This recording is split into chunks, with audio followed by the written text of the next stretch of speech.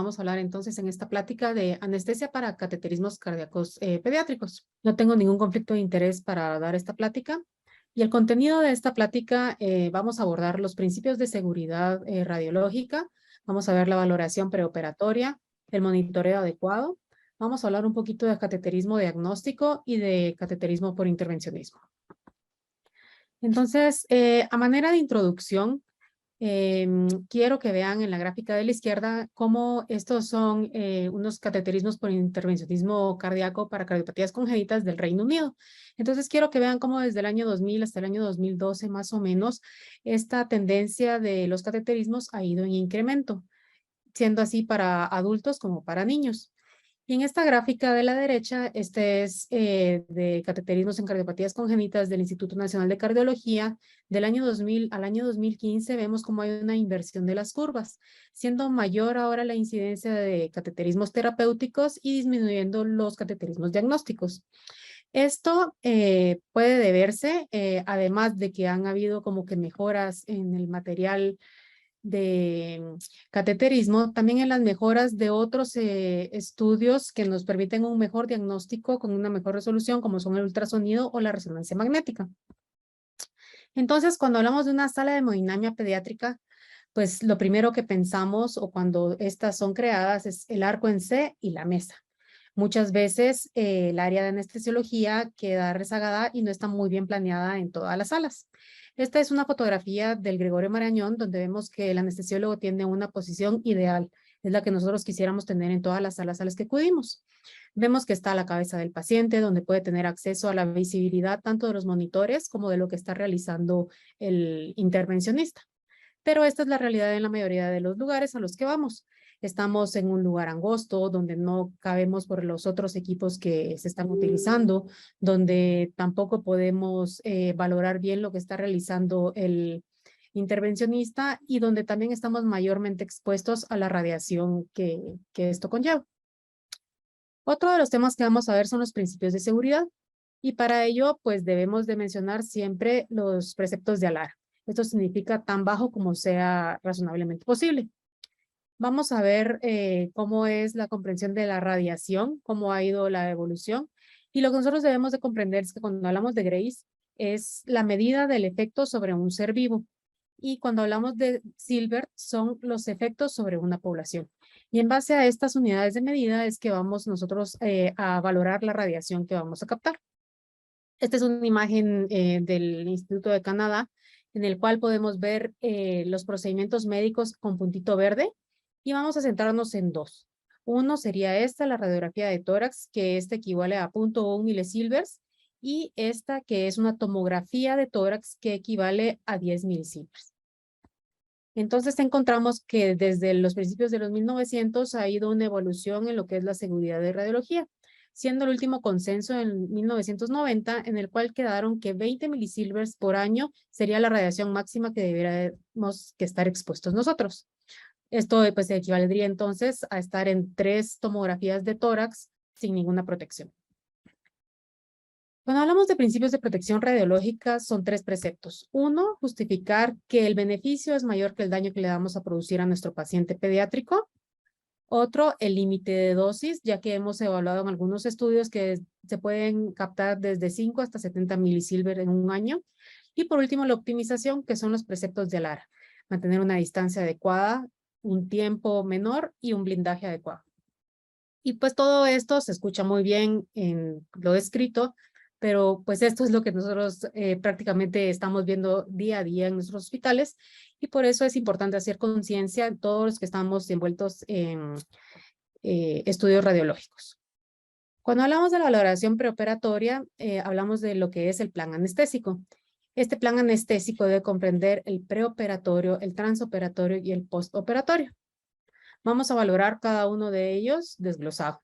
En el preoperatorio vamos a valorar las escalas de riesgo, el ayuno, que se sigue utilizando como estándar las guías de la ASA publicadas en el 2017, en el cual dejan para sólidos 8 horas, leche materna 4, leche de fórmula 6 horas, y para líquidos claros a demanda 2 horas antes. La premedicación, vamos a vamos a tocar este tema más adelante. Y cuando hablamos de la profilaxis antibiótica, vamos a encontrar que las guías de la AJA del 2007, que son las de la prevención de endocarditis, o las europeas del 2015, consideran la profilaxis antibiótica para procedimientos de tejidos blancos, que es un 3C, es decir, que no es adecuada. Pero las guías clínicas prácticas desde el 2013 para acá creen que es importante dar una profilaxis antibiótica como una recomendación para procedimientos que tengan algún tipo de dispositivo, como es marcapasos, dispositivos de cardioversión y algunos inclusive para procedimientos como atrioceptostomía. Hablando en sí de las escalas de riesgo, vemos que en el 2011 la doctora Bergensen creó esta escala que es específica para cateterismos en cardiopatías congénitas. Esta se llama escala de Charm por la abreviatura del método de riesgo y centra 4 categorías de riesgo basados en la edad del paciente y el tipo de procedimiento que se va a realizar. Asimismo, esta escala se complementa con estas definiciones operativas de eventos adversos que van del 1 al 5, con los cuales se pueden hacer relaciones interinstitucionales cuando se pueden agrupar de esta forma. Cuando hablamos de la premedicación en los pacientes con cardiopatía congénita, no hay ninguna diferencia en las dosis o en las vías de administración de las que se utilizan en los pacientes pediátricos. Son las mismas que ustedes, pues me imagino, utilizan en sus hospitales, que el más frecuente sería el midazolam por vía oral o vía intravenosa. Y pues de unos años para acá se viene utilizando también el uso de la desmetomidina intranasal, pero pues requiere de mayor tiempo de instalación. Cuando hablamos del transoperatorio, nos vamos a fijar metas en cuanto a nuestro monitoreo. Siempre vamos a tener el monitoreo estándar de la ASA, considerar que la temperatura y el CO2 también para casos en pacientes que tienen mayor de ASA 3 siempre está considerado dentro de este monitoreo y debemos de prever si algún monitoreo avanzado que vaya a haber durante el procedimiento, como por ejemplo el uso de un ecocardiograma transesofágico en las CIAs o algunas veces pues puede ser un ecocardiograma intracardíaco. También debemos de considerar si el paciente va a necesitar o no sonda vesical, si va a ser un procedimiento muy prolongado o no. El tipo de anestesia, por definición, generalmente se da en los pacientes neonatos y pediátricos, anestesia general, y en los pacientes adolescentes y adultos, sedación y local. Hay algunas indicaciones directas para la intubación que vamos a tocar más adelante. Y cuando hablamos de la anticoagulación, siempre hay que tener en cuenta que hay 2 escuelas. Las dosis bajas de parina versus las dosis altas de parina. Y más adelante vamos a ver este estudio de Cochrane. Entonces, como dijimos, el tipo de anestesia pues va a ser el específico para el paciente. Podemos ir desde una sedación hasta una anestesia combinada. Y debemos de tener diferentes consideraciones. Vamos a tener entonces que van a haber alteraciones hidroelectrolíticas por el medio de contraste o por el sangrado. Vamos a tener también a los pacientes una disminución del estrés para la disminución de la respuesta inflamatoria, por el bajo estímulo simpático. El tiempo del procedimiento también va a impactar en nuestro tipo de anestesia seleccionado, el uso o no de heparina para ver si vamos a utilizar un tipo de anestesia neuroaxial. Si hay algún tipo de alteración ventilatoria de por sí por la cardiopatía del paciente y en el postoperatorio. Las condiciones que pueden afectar la farmacocinética y farmacodinámica de la anestesia en este tipo de pacientes, una de las más importantes es cómo está el balance del flujo pulmonar contra el flujo sistémico. Y esto nos va a determinar qué inducción va a ser la más adecuada para nuestro paciente, si inhalada o endovenosa.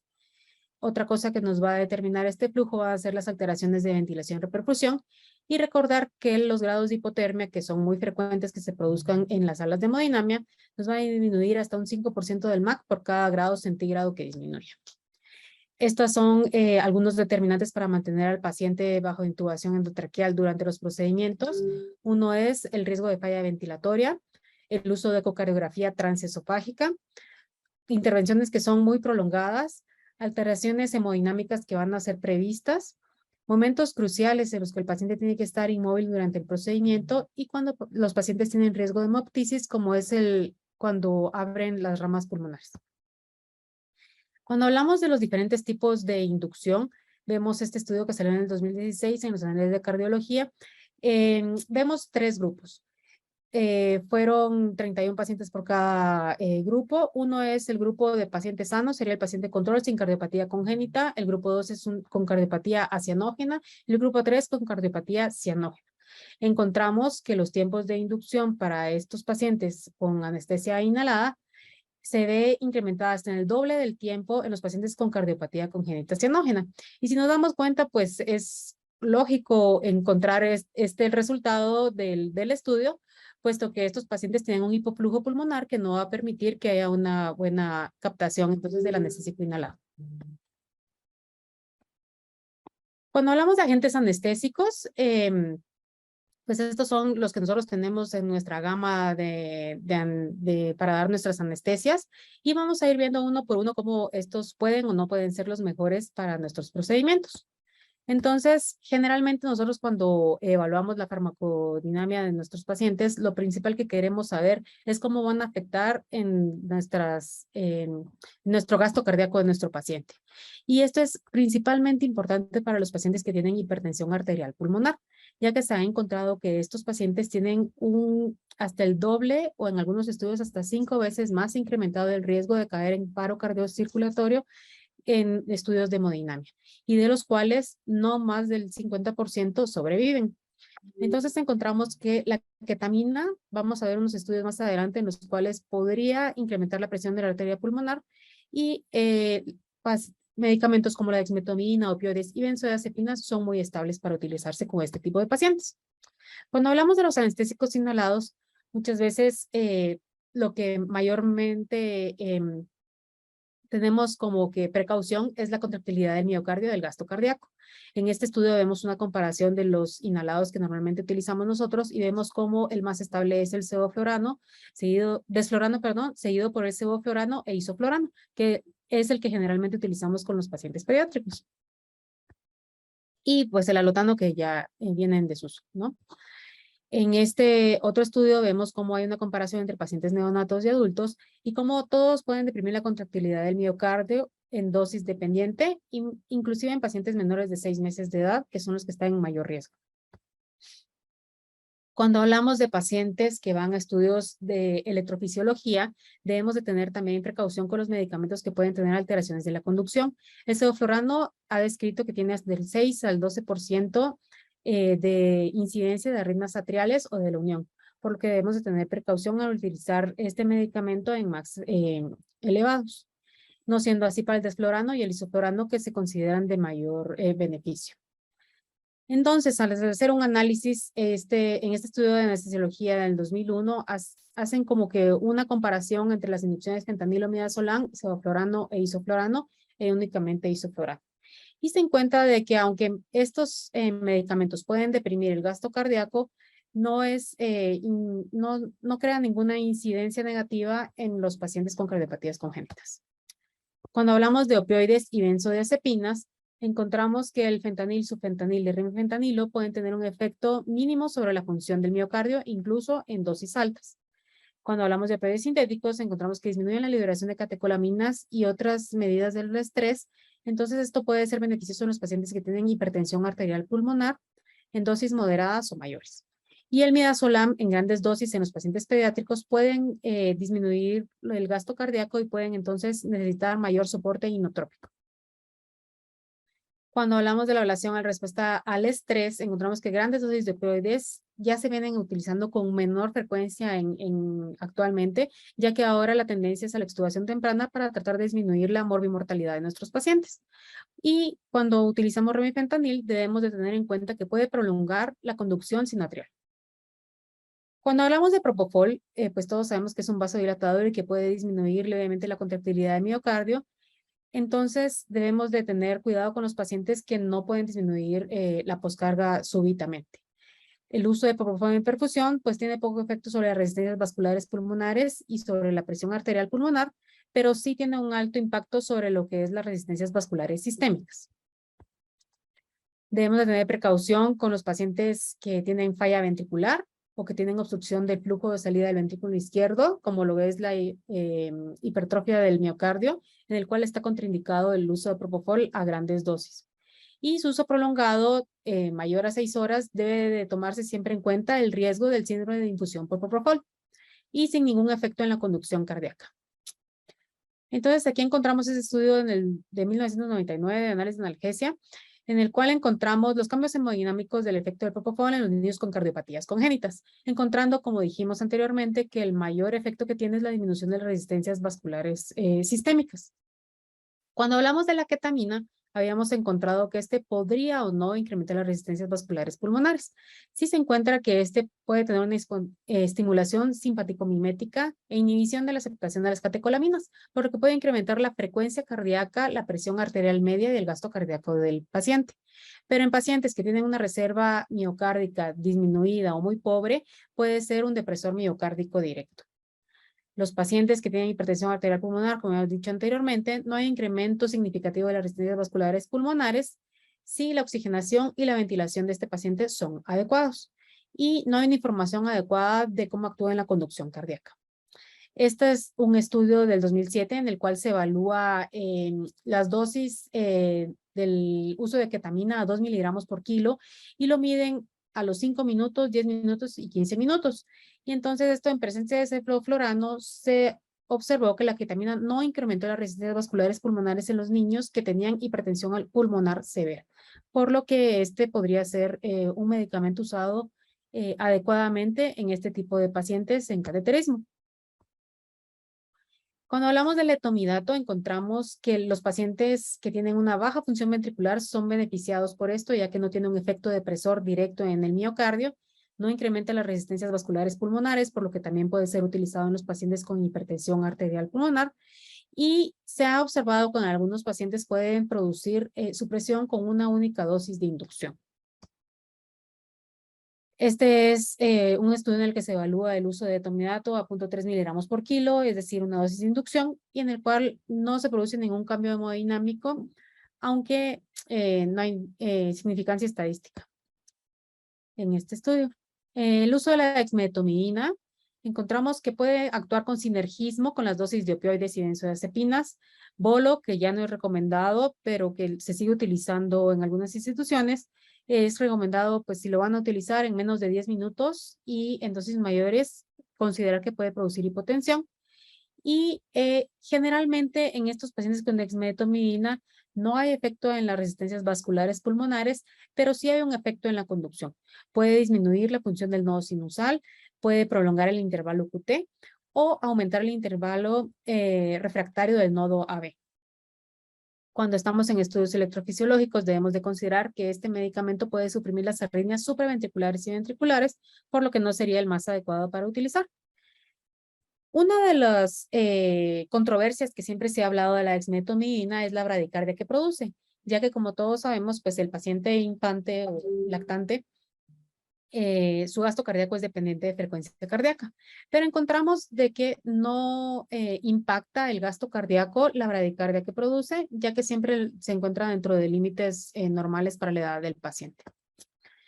Cuando hablamos de bloqueadores neuromusculares, pues siempre tratar de considerar los que no tengan efectos vasolíticos o que no pueda producir vasodilatación, siendo el becuronio, cisatracurio o rocuronio los de elección para este tipo de pacientes. Y cuando hablábamos de las dosis de heparina, habíamos hablado de que habían dosis bajas, que es de 100 unidades por kilo o menos, y dosis altas, que sería de 100 unidades por kilo o más. Entonces encontramos este estudio de Cochrane en el 2020, en el cual encontramos que no tiene todavía una significancia estadística. Entonces hacen falta más estudios para poder saber cuál de estos regímenes de uso de heparina es el más adecuado para los pacientes, no encontrando afectaciones tromboembólicas o de sangrado en ninguno de los dos grupos. Cuando hablamos del plan postoperatorio, debemos de considerar siempre la analgesia que sea de tipo multimodal. El paracetamol siempre va a ser la piedra angular para este tipo de analgesia, secundado por el uso de AINES y los coadyuvantes. Cuando hablamos de dieta y movilidad, es lo que generalmente nos va a preguntar la mamá a la salida del estudio. Entonces, la dieta siempre, pues, tratar de hacer nuestro fast track para inicio temprano con líquidos y después su dieta libre. Y movilidad, siempre recomendar el reposo absoluto cuando son accesos femorales por las primeras 12 horas y explicarle el levitaje compresivo en los sitios de punción. Cuando hablamos de monitoreo, es muy importante considerar que siempre debemos de tener doble monitoreo. El nuestro, el de anestesiólogos y el monitoreo de la mesa de hemodinamia, ¿sí? porque entre más ojos puedan ver a nuestro paciente, es más fácil de que podamos prever algún tipo de efecto adverso o algún evento que se esté suscitando en nuestros pacientes. Otro de lo que tenemos que tener consideración en nuestro monitoreo son los equipos auxiliares. Uno de ellos es pues el uso de marcapasos, previendo si se puede o no utilizar, como es en los casos de los cierres de CIB, que muchas veces pueden regresar a un bloqueo atrioventricular, o el uso de desfibrilador, como vamos a ver más adelante en los procedimientos intervencionistas, y asimismo como los usos de calefacción externa, con los cuales podemos ayudar a la hemostasia de nuestros pacientes. Entonces, ahora sí, hablando de lleno ya de los tipos de procedimientos, vamos a iniciar con lo que es el cateterismo diagnóstico. Encontramos que desde el 2011 se han descrito cuáles son como las indicaciones de la Asociación Americana del Corazón de cateterismo diagnóstico, siendo medición de presiones intravasculares para recabar información hemodinámica, la definición de la anatomía vascular y cardíaca, la evaluación de la función miocárdica y vascular en presencia de medicamentos o variables ventilatorias, el seguimiento post-trasplante cardíaco, donde se realiza biopsia endocárdica, angiografía coronaria y la función miocárdica, y como una parte integral de los procedimientos intervencionistas. Este es el que generalmente siempre se hace en todas las instituciones, que es la valoración de resistencias vasculares pulmonares, y debemos de tener en cuenta que este paciente debe estar bajo una estabilidad hemodinámica para iniciar bien el procedimiento. Debemos de iniciar siempre bajando nuestra FiO2 al 21%, y cuando ya tengan las mediciones, vamos a incrementar posteriormente al 100% para ver si hay alguna respuesta vascular. Y por último, ya el uso de medicamentos como es el óxido nítrico o el iloprost. Si nosotros no alcanzáramos nuestras metas de saturación o el paciente se tornara inestable al 21%, podríamos incrementar la FiO2 hasta el 30% inclusive, y siempre comunicándolo al hemodinamista. Este es entonces un esquema que tomamos de los archivos de cardiología mexicana, en el cual evaluamos cómo es la basal de este paciente, en los cuales están la presión arterial pulmonar igual a la sistémica, y cuando ya se hace el reto con iloprost, cómo puede disminuir las resistencias vasculares pulmonares. Aquí abajo podemos ver cómo es cualitativamente la mancha capilar. Este es desde un paciente normal hasta un paciente con hipertensión arterial pulmonar severa. Cuando hablamos de otro cateterismo diagnóstico muy frecuente es la evaluación de la fisiología univentricular. Para esto debemos de conocer pues los estadios más frecuentes del corazón univentricular, siendo este pues el inicial, que generalmente todos sabemos cuál es, que es la fístula sistémico-pulmonar, seguido por lo que es un procedimiento de Glenn, y por el último estadio, que sería el procedimiento de Fontan antes del trasplante cardíaco. Estos pacientes se benefician de tener una ventilación, precarga y ritmo adecuados para que no vaya a impactar en las mediciones que se van a realizar. Lo que van a evaluar los hemodinamistas es la anatomía de las arterias pulmonares, el tamaño, la presión arterial media de la arteria pulmonar y las resistencias vasculares pulmonares, para ver si se puede seguir al siguiente estadio de las cirugías. Cuando hablamos de procedimientos de intervencionismo, vamos a mencionar los que más frecuentemente se realizan en los centros. El cierre de cortocircuitos, es decir, comunicaciones intraauriculares, comunicaciones interventriculares o conductos arteriosos, es los que se pueden realizar por intervencionismo, y siempre recordar que vamos a iniciar con el cateterismo diagnóstico con la FiO2 del 21 o hasta el 30% máximo. Vamos a anticipar si el uso de ecocardiografía será transesofágica o intracardíaca, para ver si este paciente se debe intubar o si se puede utilizar algún dispositivo como máscara laringia. Vamos a evaluar siempre al inicio el ritmo y la frecuencia cardíaca basal, y eso nos va a ayudar para saber si el paciente no desarrolla alguna arritmia después de colocado el dispositivo. Y debemos de evaluar las complicaciones que son las esperadas del procedimiento, como son la malposición del dispositivo, la embolización del dispositivo, una oclusión vascular, una perforación miocárdica, hemólisis cuando hay fugas, trauma vascular o bloqueo atrioventricular. Como vemos, es el cierre de una CIB con dispositivo, en el cual aquí se ve la ventriculografía, que hay un paso directo del ventrículo izquierdo al ventrículo derecho, y cuando ya está ocluido, ya se queda únicamente en el ventrículo izquierdo. Estos son los tipos de dispositivo con los cuales también deberíamos de estar nosotros familiarizados para saber pues en qué paso va el procedimiento. Este es un dispositivo tipo coil que tiene como unos pelitos que ayudan a la agregación plaquetaria. Este es un dispositivo tipo Amplatzer que parece como un honguito que se queda como un taponcito entre el cortocircuito. Otro de los procedimientos que generalmente se realizan son las angioplastías, que seguido de la valvuloplastía, que es prácticamente lo mismo, solo es el sitio donde se realiza, va a ser un procedimiento que es doloroso. Por lo que vamos a nosotros a profundizar mejor a nuestro paciente, vamos a darle una dosis de POD adicional antes de la insuflación del balón. Vamos a encontrar que hay una disminución súbita del gasto cardíaco cuando es en grandes vasos, pero que no tiene un impacto hemodinámico importante porque es un bajo tiempo. Vamos a tratar de incrementar la FiO2 e hiperventilar previamente para tratar de compensar esa disminución del gasto cardíaco. Y las complicaciones esperadas son la ruptura del vaso, una disección, aneurisma tardío, arritmias, trombosis y restenosis de este vaso. Este es entonces el algoritmo de cómo se realiza. Esta es una valvuloplastía aórtica en el cual se está insuflando y se hace la cintura del balón y siempre debemos de considerar tener nuestro desfibrilador a la mano y nosotros familiarizados con él porque muchas veces pueden, en los pacientes que tienen estenosis aórtica crítica, pueden cursar con alguna taquicardia ventricular. Cuando hablamos de stent endovasculares, es prácticamente el mismo procedimiento, es una insuflación, pero este balón va a estar recubierto con este stent, que es el dispositivo que se va a quedar en las paredes, adosado a las paredes endoteliales. También es un procedimiento doloroso, puesto que también se utiliza la insuflación del dispositivo y va a haber nuevamente una disminución súbita del gasto cardíaco, por lo que debemos de incrementar la FiO2 e hiperventilar y vamos a tener las mismas complicaciones que tuvimos anteriormente. Este es el ejemplo de cómo vemos aquí que hay unas estenosis de ramas pulmonares y cómo le colocan dos stents a ambas ramas.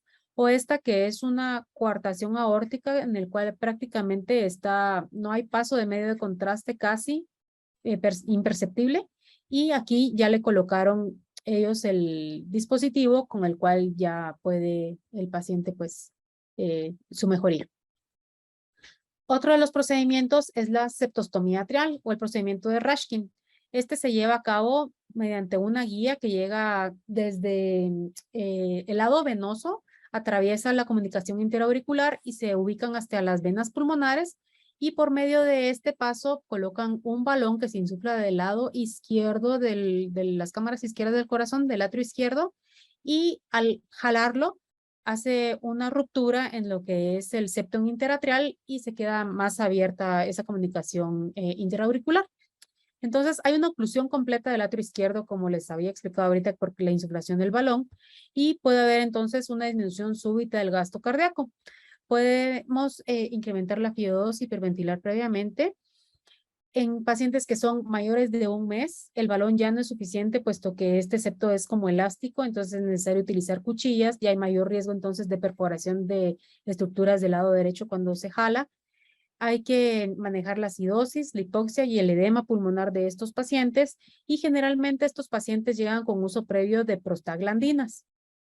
Dentro de las complicaciones esperadas son las arritmias, una perforación cardíaca, una insuficiencia tricuspidia por la lesión o una ruptura del balón o embolización.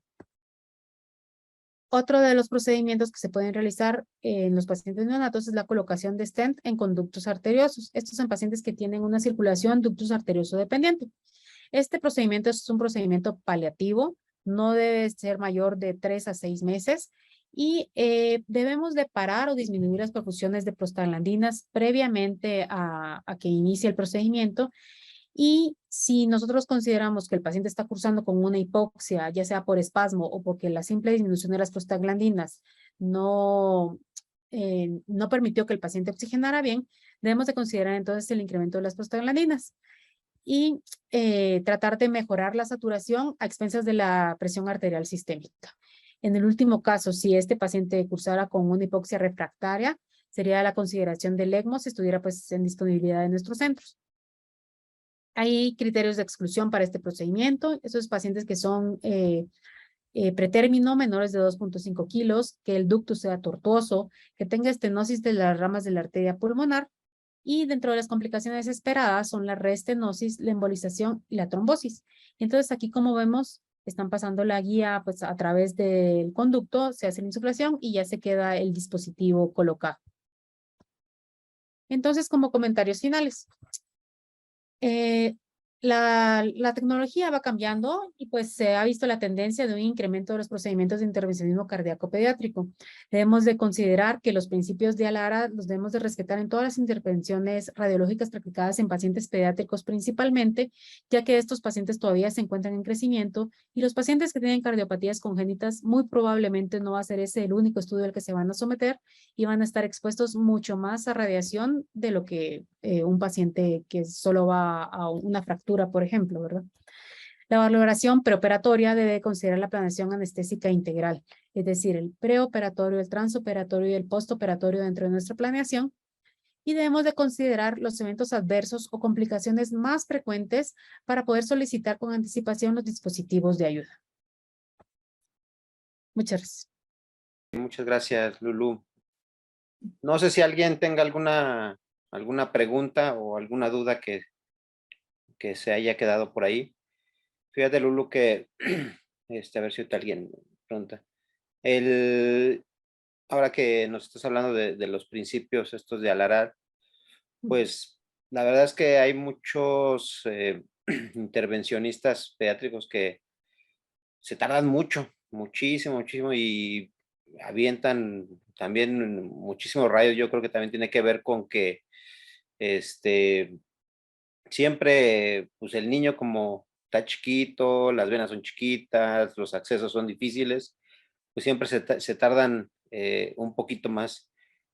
La protección que, digo, tradicionalmente usamos, que es el mandil, y la del cuello, sí realmente nos protegería, o sí necesitaríamos nuestro gorrito de plomado, lentes, etcétera, o ¿cómo ves? Pues sí, lo que se recomienda estándar es el cuello y el mandil. Pero se ha observado que el gorrito muchas veces no es funcional porque muchas veces el rayo pues a uno le entra en otra dirección, entonces el gorrito pues no sería funcional. Y ahora el uso de lentes sí se recomienda y la dosis de radiación ahorita no me acuerdo, pero como habíamos dicho anteriormente, la dosis esta de 20 milisieverts anuales es un estándar, por así decirlo, para cáncer de glandular. Para lo que es la lesión en ojo, es una acumulación, o sea, no es un valor por año, sino que es un valor por el resto de la vida. Entonces, entre mayor exposición tengamos sin protección para nuestros ojos, mayor daño puede existir. Entonces, por parte de los oftalmólogos, sí existe la recomendación de que se utilicen también los lentes plomados. Y considerar de que los lentes, muchas veces, algunos que venden son sin protección aquí lateral, y pues el que se recomienda es el que sí tiene la protección lateral. También existen guantes, porque pues algunos pues intervencionistas empezaron a desarrollarlos para trabajar porque están sus manos muy expuestas. Tampoco está recomendado ni el uso de guantes ni de gorritos. Mira, mis lentes son como deportivos, los voy a tener que cambiar con la protección lateral. Sí, Pero de bueno, los que tienen como al ladito. ok. Entonces, Lulú, dentro de los procedimientos de intervencionismo, prácticamente en niños se pueden resumir en máximo 3, ¿no? O sea, son los que son diagnósticos, que realmente cuando metes un niño a un cateterismo cardíaco, eso que te digan diagnóstico, pues es muy raro, ¿no? Porque es diagnóstico y siempre encuentran algo y tratan de resolverlo, ¿no?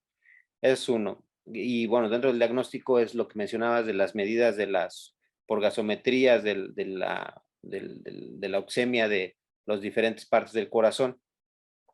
Otro lo catalogaremos los pacientes para cierres de cortocircuitos, que pueden ser CIA, CIB o el conducto arterioso persistente, ¿no? El otro pues, sería cuando se coloca algún tipo de stent, ¿no?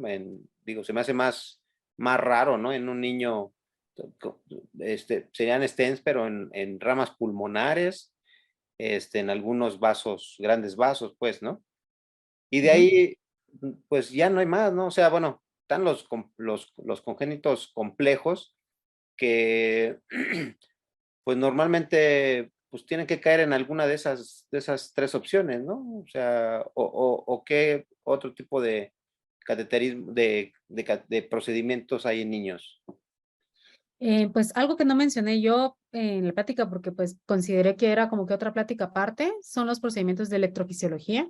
Sí. Generalmente no se realiza en niños tan pequeños, es más en como que adolescentes, pero pues es otro tipo de procedimiento en sala de hemodinamia y que también se lleva bastante radiación porque son procedimientos muy prolongados.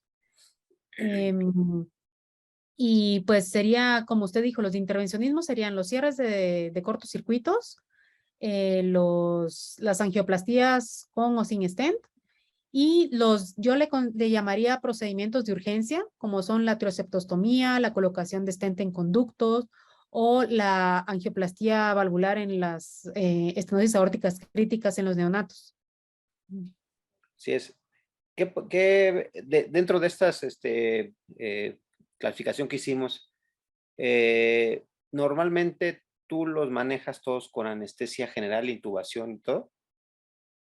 Pues generalmente los pacientes que nosotros metemos están por debajo de los 10 años, entonces a todos, si los damos con anestesia general, tratamos de utilizar máscara laringe en todos nuestros pacientes y solo pues en los que nosotros tenemos tal vez riesgo de que vaya a haber un sangrado de la vía aérea por hemoptisis, porque le abrieron las ramas pulmonares o que fuera un neonato que nosotros consideramos que va a quedar más tiempo intubado ya por su falla cardíaca los dejamos con tubo orotraqueal. Pero por lo demás, tratamos de colocarles máscara laringia a todos nuestros pacientes y pues tenemos muy buenos resultados. Sí, yo te comento esto porque también ahí depende mucho de la habilidad de los intervencionistas, ¿no? Yo recuerdo también ahí en el instituto que muchos los hacíamos hasta con sedación porque sabíamos que el intervencionista era muy rápido y a lo mejor nada más era ponerle el stent en el conducto y era de, no sé, ya 30, 40 minutos, ¿no? Pero digo también, ya en otros centros en donde también ves sí, intervencionistas que tardan mucho, entonces, ¿cuánto consideras que podemos tener una mascarilla laringia, por ejemplo, que van a poner para un conducto o van a poner un amplax para una CIA? ¿Cuánto tiempo considerarías que sería adecuado tener al paciente con una mascarilla laringia? Bueno, yo, pues en mi opinión, ¿verdad? Porque no hay nada escrito sobre esto. Yo, para los pacientes que son procedimientos cierre de CIA y cierre de conducto, no debería de tomarse en el procedimiento ya accesado, porque a veces lo que cuesta es el acceso, como usted dijo, no debería de tomarse más de la hora, o sea, eso sería exagerado. Entonces, 20, 30 minutos es lo que generalmente se toma de inicio a fin y pues en esos pacientes considero que está bien. Los procedimientos que muchas veces he notado yo que son como que tardan más o son como difícil de predecir previo son los cierres de comunicación interventricular. En estos sí se pueden llevar pues inclusive hasta 3, 4 horas si hay alguna membrana o algo que no los deja pasar bien o si el dispositivo topa con las trabéculas del lado derecho y no puede abrir bien. Entonces, en estos pacientes generalmente los hemos manejado con máscara laringia, pero sí recomendamos que les coloquen una sonda vesical porque muchas veces hacen globo y eso les empieza a producir taquicardia. Y a la hora de estar el paciente con taquicardia, pues es más difícil entonces que puedan atravesar la CID si es muy pequeña y entonces se vuelve el círculo vicioso, ¿verdad? Nos tardamos más y entonces eso es lo que yo recomendaría. Si ustedes Ujú. consideran que tal vez el hemodinamista es, pues es conocer al equipo también, ¿verdad? Si ustedes consideran que el hemodinamista es muy con baja curva tal vez, pues mejor pues optar por asegurar la vía aérea, ¿verdad? Así es. En términos generales, ya vimos tu plática, pero por ejemplo, el paciente de hemodinamia, que en ocasiones también ya llega intubado a la sala, ¿En qué haces un poquito más énfasis? ¿En mantener una buena oxigenación, en mantener la estabilidad hemodinámica? Yo sé que va de la mano, pues, o sea, si realmente se empieza a desaturar o empieza a tener alguna desaturación, pues va a ver el impacto también en la presión arterial y etcétera. Pero ¿en qué haces más énfasis en el manejo de estos pacientes? O a lo mejor en los inotrópicos que trae o en las prostaglandinas que trae, dependiendo, ¿no? Pues la verdad, doctor, que variaría mucho de una cardiopatía a otra, ¿verdad? O sea, el manejo del paciente debiera ser dirigido al tipo de cardiopatía que tiene. Entonces, si fuera, pues, intubado, por ejemplo, que fuera una estenosis aórtica crítica, si estuviera intubado sería porque tiene ya falla ventricular, ¿verdad? Entonces es un paciente que pues no le podemos disminuir las resistencias vasculares sistémicas porque pues esto va o incrementárselas demasiado porque va a ser deleterio para este ventrículo, va a claudicar, ¿verdad? Entonces tratar de mantener ese tipo de equilibrio sería con ese paciente. Si el paciente fuera que está intubado porque es un ductus dependiente, pues entonces estamos enfocado en el tipo de patología, ¿verdad? ¿Qué patología nos da que sea un ductus dependiente? Entonces, si fuera una transposición de grandes arterias o si fuera para un Rashkin, pues tratar de mantener la hemodinamia pues enfocado al tipo de cardiopatía. Ok, una más. ¿En qué pacientitos o en qué tipo de patologías tú consideras indispensable el uso de un catéter central o en algunos que se puedan ir nada más con el periférico? Pues en los pacientes que yo pudiera prever la necesidad de que voy a necesitar algún inotrópico. Entonces podría ser en estos pacientes que tienen, como le decía, ya su reserva ventricular disminuida o en los pacientes en los que se le va a hacer ampliación de ramas muy extensa, en el cual el riesgo de que tenga muchas complicaciones de la vasculatura pulmonar puede existir. Sí, de los pacientes con hipertensión pulmonar, ¿tienes alguna consideración importante? Sí, en estos pacientes lo más importante es mantener bien la relación de oxigenación-ventilación. Entonces, tratar de cumplir las metas para no incrementar las resistencias vasculares pulmonares.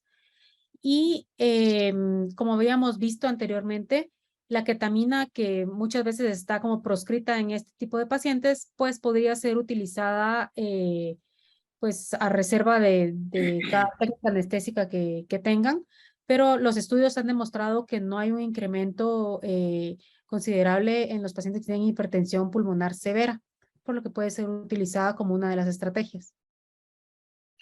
Sí, bueno, bueno, a ver si alguien tiene alguna pregunta, para la doctora. De todas maneras, yo sigo insistiendo en que, o bueno, en mi experiencia, tiene que ver mucho con la habilidad del cirujano. O sea, yo normalmente lo que mencionábamos, los cierres de conducto, las cierres de CIA, pues a veces a niños pequeñitos, hasta dependiendo de la velocidad o la rapidez con que lo hagan el intervencionista, a veces hasta con sedación, se lleva una sedación profunda con estos niños, mascarilla laringe, prácticamente la mayoría de los niños los podíamos usar con mascarilla laringea, pero bueno, en otros centros como en nuestro centro, pues realmente esa parte no la he podido tampoco llevar a cabo. Normalmente es tubo, ¿no? Por los tiempos tan amplios que tienen, ¿no?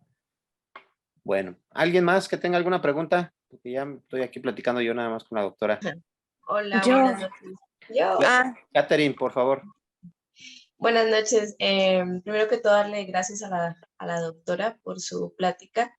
Em, Estuvo muy concisa y muy precisa sobre los conceptos que debemos de tener en cuenta. Y quería saber o a partir de sus experiencias o qué recomendaciones hay respecto a los cuidados posanestésico inmediatos en estos pequeños. En nuestro hospital, como ya lo mencionó el doctor Zavala, la verdad, los procedimientos son muy demorados y no tenemos una sala de recuperación inmediata para los procedimientos de hemodinamia específicamente. Entonces quería saber cuáles eran como las recomendaciones o en su experiencia que nos podría decir respecto a esto.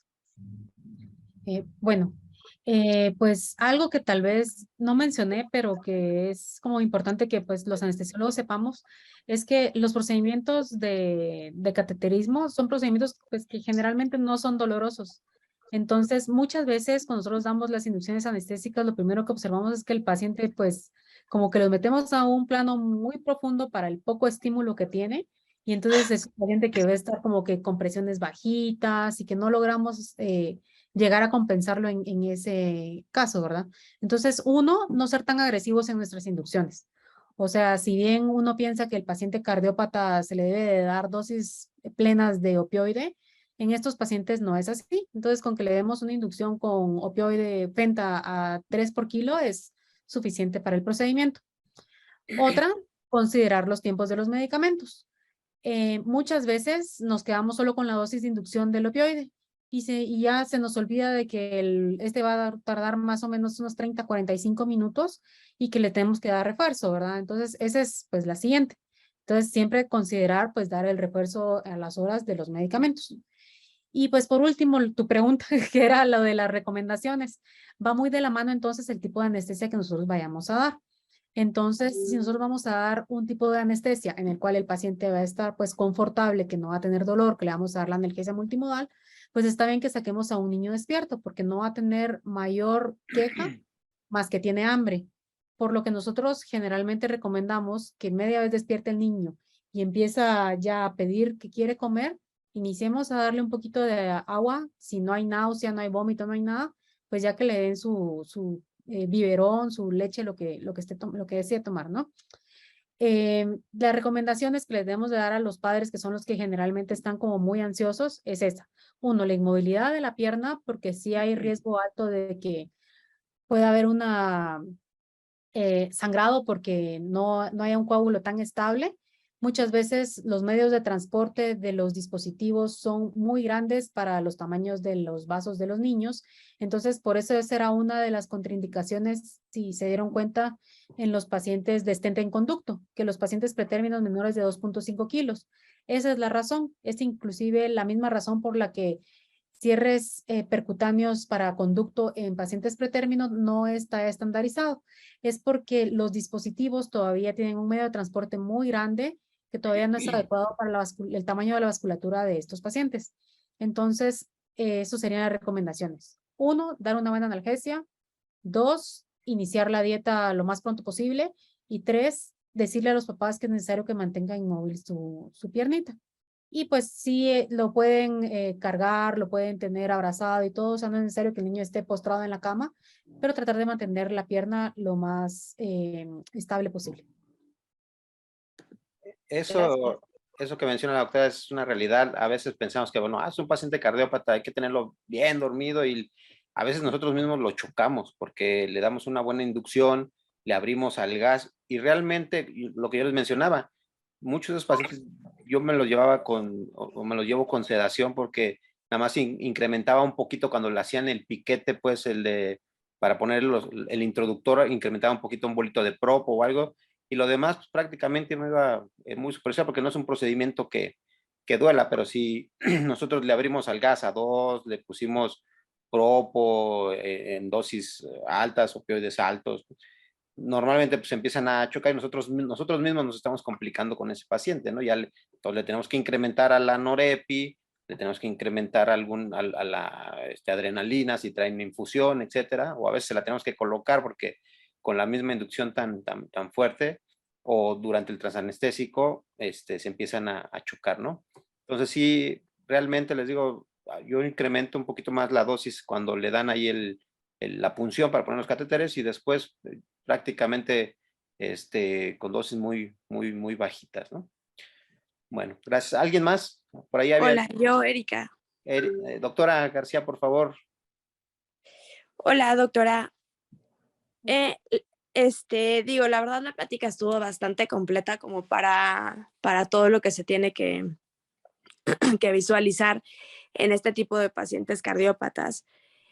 Yo tuve la ventaja de trabajar con el doctor Palacios Macedo, justamente con el programa de Cardias, y eran pacientes que protocolizábamos desde antes y se sesionaban los casos. No sé si se siguen sesionando los casos, aunque sea justamente lo que mencionaste, que a veces no son nada más terapéuticos, sino también son diagnósticos, ¿no? Entonces, no sé si aún se sigan sesionando los casos o ya no se sesionen. La idea que nosotros teníamos como un equipo que comenzamos a armar con los cardiólogos pediatras, y bueno, yo soy anestesióloga pediatra, y con otra compañera que es cardioanestesióloga, justamente era esta parte de protocolizar a los pacientes para conocer la patología que nos íbamos a enfrentar, y no a las 8 de la mañana que te lo presenten y no sepas bajo qué circunstancias vas a tener a un niño.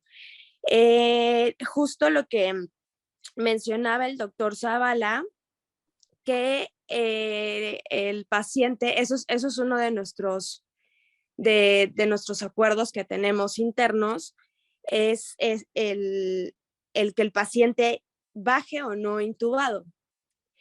Obviamente, tú ya tienes toda una infraestructura de terapia intensiva, de cardioanestesiólogos, de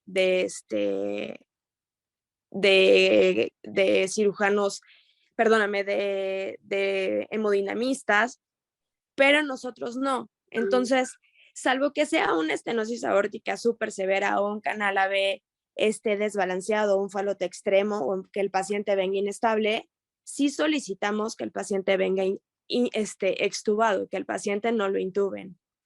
¿Por qué? Porque en el traslado nosotros no tenemos sobre el mismo piso la terapia intensiva, entonces tienen que bajar de todo del elevador. Entonces en ese inter los intuban en neonatos sin medicamentos, sin opioide, los intuban únicamente con midazolam.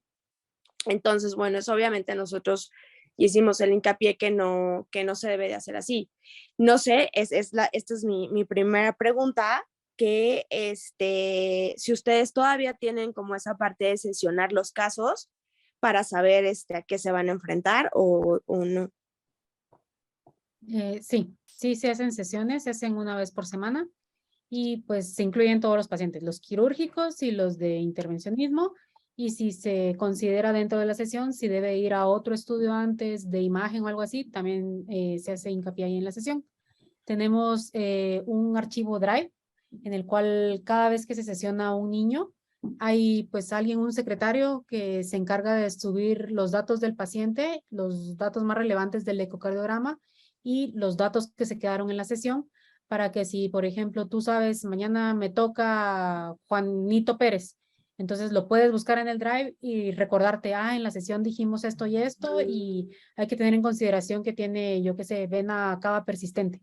Y entonces esa es la manera en la que todos estamos enterados en el grupo de los pacientes. Ahora, en la resistencia, en la hipertensión arterial pulmonar, perdón, mis cachorritos. En la hipertensión arterial pulmonar, nos mencionaste algunos que únicamente son por resistencias vasculares, no así por hiperflujo pulmonar, perdón, por hiperflujo la hipertensión pulmonar. Siempre he hecho un poco de hincapié en esta parte con los residentes, de cuáles son los pacientes que tienes que tener, que tienes que inducir. Y justamente hablando de la pregunta que te hizo Catherine de la inducción, bueno, te lo hizo del post, pero le mencionaste de la inducción. A los pacientes que tengan, o sea, que tengan más bien, ¿qué pacientes son los que tenemos que tener FIO2 bajas? Como para que ya les quede un poquito más claro y sepan cuáles manejar con FIO2 bajas, o no importa la FIO2, a pesar de las metas ya después en el estudio que tenemos que manejar, o si nos solicitan, dependiendo de la patología que estemos manejando, de ir haciendo el score de subir las más bien, de ir bajando la FIO2. Bueno, a ver si entendí bien. ¿Qué pacientes induces con FIO2 bajas? ¿Así? Es la primera pregunta. Sí. Bueno. Los pacientes que nosotros generalmente inducimos con FIO2 del 30% son todos los pacientes que tienen cortocircuito de izquierda a derecha. Entonces, nosotros debemos de considerar que el oxígeno, pues, es, aparte de ser un gas, también es, pues, un medicamento, ¿verdad? Entonces, va a tener alguna relación con lo que son las resistencias vasculares. Entonces, si estos pacientes tienen un hiperflujo pulmonar, pues muchas veces, entonces, por eso nosotros tratamos de utilizar la FIO2 disminuida en estos pacientes. Y siempre, pues, ir evaluando cada paciente con sus requerimientos. Si nosotros vemos que este paciente en la inducción, que nosotros lo tenemos con 30%, no alcanza una saturación mayor al 90, pues irle incrementando hasta poder alcanzar esa saturación del 90. O sea, no es como que un número fijo, sino que es algo dinámico con todos los pacientes, pero por regla casi siempre los dejamos al 30.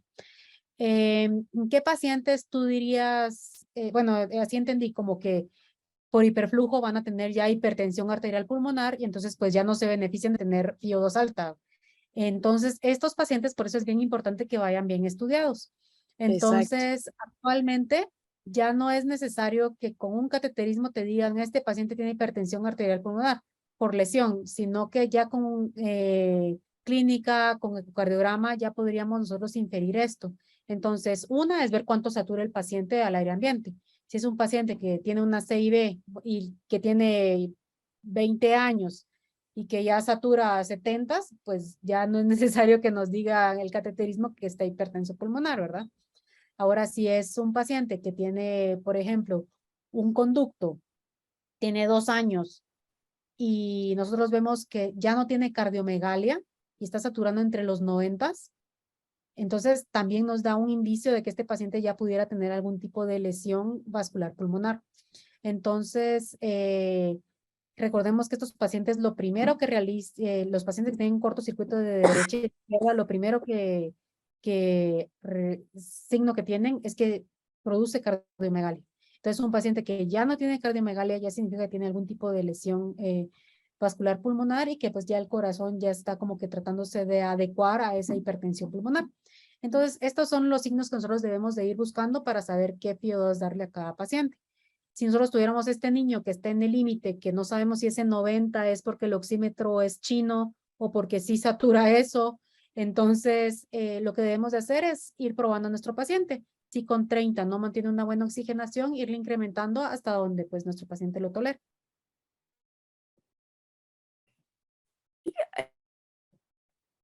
Okay. ¿Qué querías?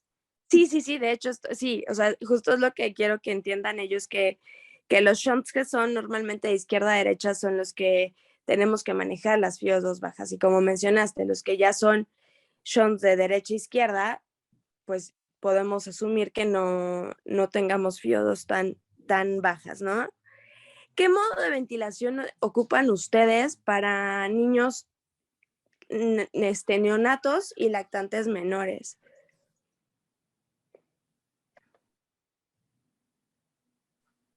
¿Te refieres a ventilación por volumen o por presión?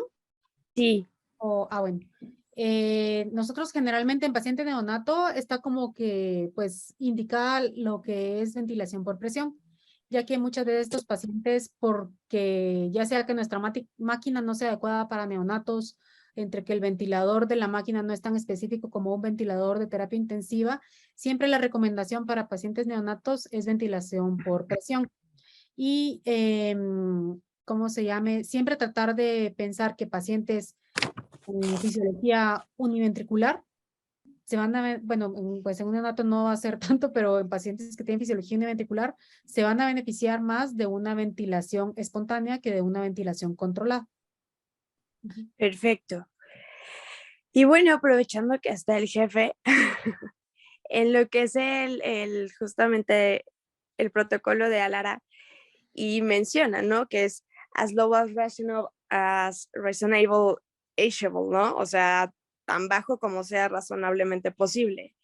Y desafortunadamente, bueno, nuestros hemodinamistas no son como tan hábiles y pues sí se llegan, o sea, a pesar de que sabemos que la dimensión de la radiación va a ir dependiendo del tamaño del paciente, y nosotros normalmente no metemos más allá de, muy rara vez llegan pacientes de 17, 18 años, normalmente son menores de 5 años. Y y justamente ya se me fue porque escuché algo, no sé.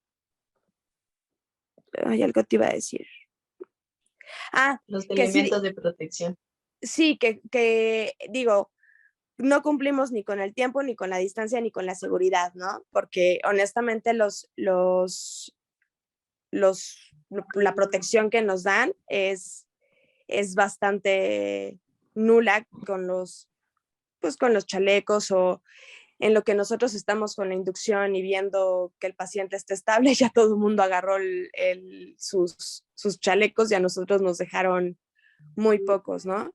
Ahí, ¿ustedes tienen la falda o la falda de la mesa de hemodinamia para protección? ¿Ustedes qué? ¿Tienen lo de la falda de hemodinamia? Sí, pero la usa el hemodinamista. No, También pero la pantalla. pero la mesa. La mesa tiene la falda, pero igual la pantalla, pero la usa el hemodinamista. O sea, no la podemos usar nosotros. Ok, y ustedes sí tienen su medidor de radiación. Sí, Ok. Pues muchísimas gracias, doctora. Muy buena plática. Muchas gracias. sí, a ustedes, gracias. Ok, gracias, doctora. ¿Alguien más que tenga alguna duda, alguna pregunta? No sé si la doctora Yolanda García nos pueda hacer algún comentario sobre la radiación. Ella está ahorita muy fresca con el tema. Sí, buenas noches, doctora Lourdes, muchas gracias por su presentación, la verdad muy ilustrativa, muchas felicidades, muchas gracias. La lesión del cristalino se puede dar a los 150 milisieverts, como dosis total, como usted lo comentaba. Estas dosis son acumulativas y el hecho de que no utilicemos los lentes de protección se van acumulando y generan cataratas. Y en cuanto a lo que comentaba la doctora Erika García, es que hay como una sábana de pies que se utiliza al contorno de la mesa para proteger precisamente al personal que está alrededor. Sin embargo, bueno, en nuestra institución nosotros no contamos con ese equipo y no sabríamos si ustedes sí tienen esa ventaja. Sí, es una falda que tiene como que paletas de plomo. ¿Es correcto? Esa sí la tenemos, pero la utiliza el hemodinamista para su protección, igual que la Ok. pantalla. Ujú. Sí. Ok. Bueno, ¿alguien más que tenga alguna duda, alguna pregunta de los residentes? ¿Dónde andan de tercer año? Hola, doctor. Buenas noches. ¿Quién es? ¿Gerson? Sí. ¿Qué pasó, Gerson? Doc, respecto a la hipertensión pulmonar, algo muy concreto, o sea, los cambios en la FiO2 tienen que ser graduales en estos pacientes. Pues digamos que a veces los hemodinamistas nos dicen, pues bajemos rápido bájenme la FiO2 al 21, pero pues yo he leído en algunos textos de anestesia pediátrica que esta disminución tiene que ser gradual o el aumento tiene que ser gradual. Entonces, de pronto mi pregunta sería, ¿qué tan rápido se puede hacer este aumento o disminución de la FiO2 en un paciente con una hipertensión pulmonar significativa? Pues fíjate que la verdad nunca he leído nada al respecto de hacerlo gradual. Nosotros lo hacemos súbito, pues porque si induces al paciente que tiene, ya sabes que tiene hipertensión arterial pulmonar, siempre lo vas a inducir pues al 100%, ¿no? Y pues ya media vez ya lo tienes controlado, hacemos la disminución súbita, la bajamos al 21 y pues así es como vive normalmente el paciente, pero sí tienes razón, pues sí podría como que impactar el cambio súbito, pero la verdad es que nunca lo he revisado. Ujú. Ok. Mm. Sí, será como... Gracias, doctora. Bueno, muchas gracias. Yo creo que sí es importante, pues, conocer la fisiología del paciente con el que nos vamos a enfrentar, ¿no? Siempre, pues es eso nos va a dictar algunas de las características que nosotros vamos a realizar como anestesiólogos, conociendo cómo está su fisiología. Entonces, sí es importante como meternos un poquito a la lectura cuando tengamos la oportunidad de que no sea urgencia y que tengamos el tiempo de que nos vamos a enfrentar a algún tipo de paciente, pues sí, echar una revisada de cómo se manifiesta la enfermedad y los puntos importantes. Yo por ahí tengo un libro que a mí me sirvió mucho, ahí luego se los presto para que le saquen copias, que creo que ya no lo hacen.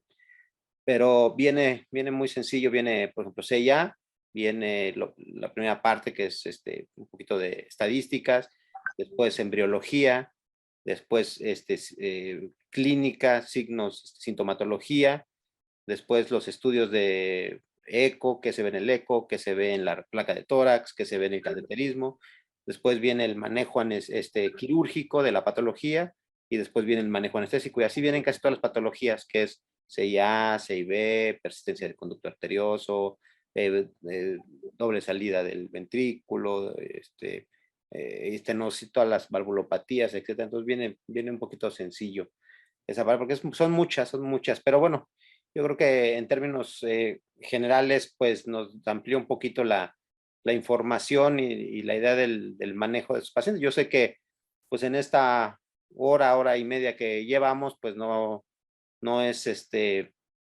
no nos vamos a volver expertos en el área. La doctora lleva muchos años estudiando esta parte. Entonces, pero la verdad, Lulu, no sé si alguien tenga una pregunta o que se haya quedado ahí en el tintero. No, bueno, te agradecemos, Lulu, mucho la participación. Esperamos contar con algún otro apoyo en algún momento. Yo creo que nos enriqueció mucho la plática. La plática la tengo grabada, igual para compartirla luego con los demás médicos y que pues, me gustó mucho cómo la tienes resumida y los puntos importantes en cada una de los tipos de patología. Pues si no hay nada más que agregar o si nadie más tiene alguna pregunta, pues damos por terminada la sesión. Siempre agradeciéndote infinitamente, Lulu, por el apoyo. Ahí te hago llegar una constancia. Y, Gracias, Lola. y pues muchas gracias. Nos despedimos de la sesión. Seguimos en contacto, Lulu. Gracias, nos vemos, mucho gusto. Gracias, hasta luego. Gracias a todos por su presencia. Nos vemos en el servicio. Gracias, hasta luego. Hasta luego, gracias a todos.